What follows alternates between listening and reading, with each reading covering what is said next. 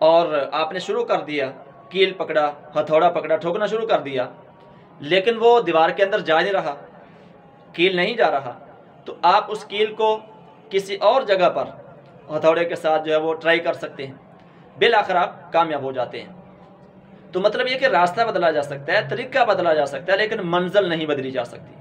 مقصد نہیں بدلا جا سکتا، گول نہیں بدلا جا سکتا، یعنی گیو اپ نہیں کیا جا سکتا۔ دنیا کے جتنے بھی بڑے لیڈر ہیں انہوں نے گیو اپ نہیں کیا، بلکہ وہ اپنی منزل مقصود حاصل کرنے کے لیے لگے رہے،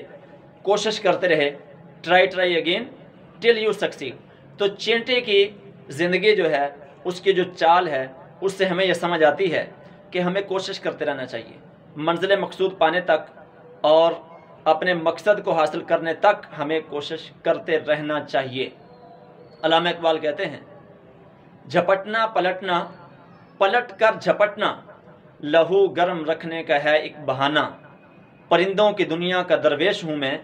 کہ شاہین بناتا نہیں آشیانہ۔ یعنی آشیانہ بنا کر نہیں شاہین بیٹھ جاتا، بلکہ وہ تو جھپٹتا رہتا ہے، پلٹتا رہتا ہے، وہ بیٹھتا نہیں ہے، اپنے لہو کو گرم رکھتا ہے۔ جب ہم اپنے لہو کو گرم رکھیں تو یہ گرم رہے گا اور یہ انرجیٹک رہے گا ہمارا جسم، اور اگر ہم اپنے لہو کو ٹھنڈا کر بیٹھے اور اسے جو ہے کسی کام میں نہ لگایا تو ہم بیکار ہو جائیں گے۔ لہٰذا ہمیں چاہیے کہ کوشش کرتے رہیں یہاں تک کہ کامیابی ہمارے قدموں کو چوم لے۔ کسی کی تنقید کا پرواہ نہ کریں۔ کوئی آپ پر تنقید کر رہا ہے، کوئی انگلی اٹھا رہا ہے، کوئی برا بلا کہہ رہا ہے، کوئی یہ کہہ رہا ہے کہ یہ ناکام ہوگا، یہ کامیاب نہیں ہو سکے گا، ان لوگوں کے سامنے آپ کامیاب ہو جاؤ گے ایک دن، کیونکہ کامیابی پہلے دن نہیں ملتی۔ جو لوگ بڑے ہوتے ہیں، جن کے ویژن بڑے ہوتے ہیں، جنہوں نے بڑا بننا ہوتا ہے، ان کو کامیابی پہلی رات نہیں ملا کرتی، بلکہ وہ ایک لمبا راستہ ان کو طے کرنا پڑتا ہے، ایک لمبا عرصہ ان کو محنت کرنا پڑتی ہے، پھر جا کر ان کو کامیابی ملتی ہے۔ سلطان ایوبی جب مصر آئے تھے، جب نور الدین زنگی نے ان کو مصر بھیجا تھا تو لوگوں نے ان کا مذاق اڑایا تھا۔ سلطان کی منزل بیت المقدس تھی، لیکن لوگ ان کا مذاق اڑاتے تھے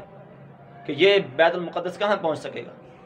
وہاں جو پہلے سے جرنیل تھے وہ ان کا مذاق اڑاتے تھے، لیکن سلطان نے چونکہ طے کیا تھا، اللہ سے مدد مانگی اور لگے رہے، بالآخر تقریباً 10 سال کے عرصے تک وہ لگے رہے، محنت کرتے رہے، اور وہ بالآخر کامیاب ہو گئے، اور ان کے سارے دشمن جو ہے وہ گیو اپ انہوں نے کر دیا اور انہوں نے ہاتھ کھڑے کر دیے۔ اور رچرڈ بھی کہنے لگا کہ ایوبی دا گریٹ، کہ ایوبی گریٹ انسان ہے، عظیم انسان ہے، کیونکہ انہوں نے گیو اپ نہیں کیا۔ سلطان محمد فاتح، اس نے بھی گیو اپ نہیں کیا، بلکہ اس نے قسطنطنیہ کو کہا کہ آج یا تو قسطنطنیہ مجھے لے گا یا میں قسطنطنیہ کو لوں گا، چنانچہ اللہ نے اس کی مدد فرمائی۔ سلطان جلال الدین خوارزم شاہ، پیچھے لاکھوں کا لشکر ہے چنگیز خان کا، اور آگے دریائے سندھ ہے ٹھاٹھے مارتا ہوا، نومبر کا مہینہ، اور 3 دن ہو گئے لڑتے ہوئے، تیسرا دن ہے، عصر کا وقت ہے، اور جب چنگیز خان نے کہا ہے کہ اس کو زندہ پکڑنا ہے، تو سلطان نے کہا کہ اگر شہادت کے لیے میں نہیں قبول ہو سکا تو میں غلام نہیں بننا چاہتا اس کے کافر کے ہاتھوں میں، لہٰذا انہوں نے چھلانگ لگائی، اللہ تعالیٰ نے راستے کھول دی ہے، اور اسی دریا کو پار کر کے وہ دوبارہ سلطانی تک پہنچ گئے، یعنی موت کے منہ سے نکل کر دوبارہ وہ تاج شاہی جو ہے وہ پہن لیتے ہیں۔ تو یہ اتنی زیادہ میں نے کہانیاں آپ کو سنائیں، ان کا مقصد یہ ہے کہ میں اور آپ گیو اپ نہ کریں۔ جس منزل کو پانے کے لیے ہم نے ارادہ کر لیا، عزم کر لیا ہے، فَإِذَا عَزَمْتَ فَتَوَكَّلْ عَلَى اللَّهِ، جب آپ عزم کر لیں، ارادہ کر لیں پکا، تو پھر اللہ تعالیٰ کی ذات پر توکل کرتے ہوئے چلتے رہیں،